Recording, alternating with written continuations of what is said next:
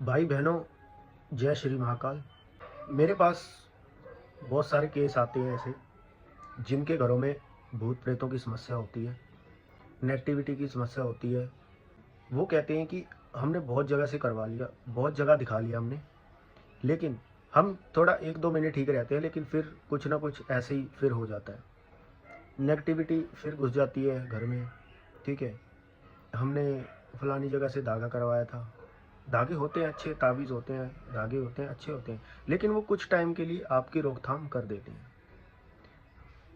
कुछ टाइम की रोकथाम करने के बाद तो धागा ताबीज़ कई बार ऐसा होता है कि ख़राब हो जाता है।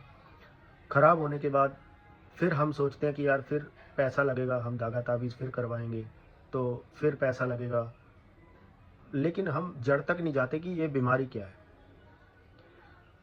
बीमारी आपके घर में ही क्यों नेगेटिविटी आ रही है, आपके घर में ही क्यों भूत प्रेत आ रही है। हम देखते हैं कि यार दूसरे घर तो, हमारी गली में दूसरे घर तो बहुत अच्छे से रह रहे हैं, वो तो उनके कोई धागा ताबीज़ नहीं है, फिर भी उनको भूत नहीं पकड़ते, हमें क्यों पकड़ते हैं। तो आपको जड़ जड़ तक जाना है कि रीज़न क्या है।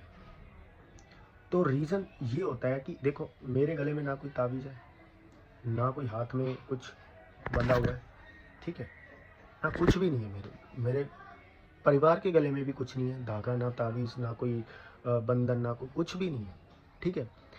तो रीज़न ये है कि हमें अपने घर के कुल देवी कुल देवता, घर के पितर और सेवादार, इनको मजबूत रखना चाहिए।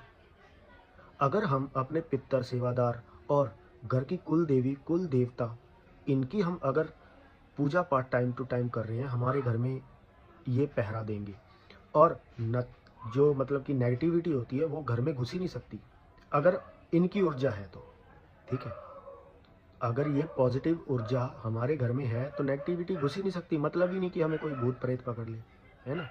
तो आज के युग में 90% लोगों को ये नहीं पता कि उनके घर में कितने पितर हैं, कितने सेवादार हैं, उनकी कुल देवी कौन है, उनका कुल देवता कौन है।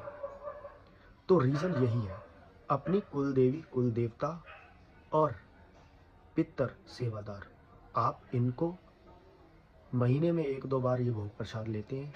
ये नहीं कहते कि हमें भोग प्रसाद आप डेली दो। आप कितनी कमाई कर रहे हो कितनी नहीं कर रहे, इनको कोई मतलब नहीं है। इनको बस एक आप इनके नाम की जोत बत्ती और भोग प्रसाद महीने 2 महीने में 1 बार दे दो बस। और ये कुछ चाहते थोड़ी हैं आपसे, कुछ नहीं चाहते ये आपसे, ये आपसे यही चाहते हैं, और आपकी मतलब आपके कुल की रक्षा के लिए ही होते हैं ये।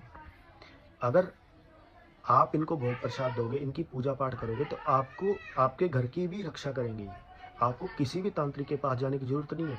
लेकिन अगर आपको यही नहीं पता कि हमारे घर की कुल देवी कौन है, कुल देवता कौन है, ठीक है, तो आप नहीं कर पाओगे। सबसे पहले तो आपको जानकारी होनी चाहिए कि हमारे घर की कुल देवी कौन है, कुल देवता कौन है, हमारे घर में कितने पितर है, सेवादार है, ठीक है। तो प्रॉब्लम की जड़ तक जाओ।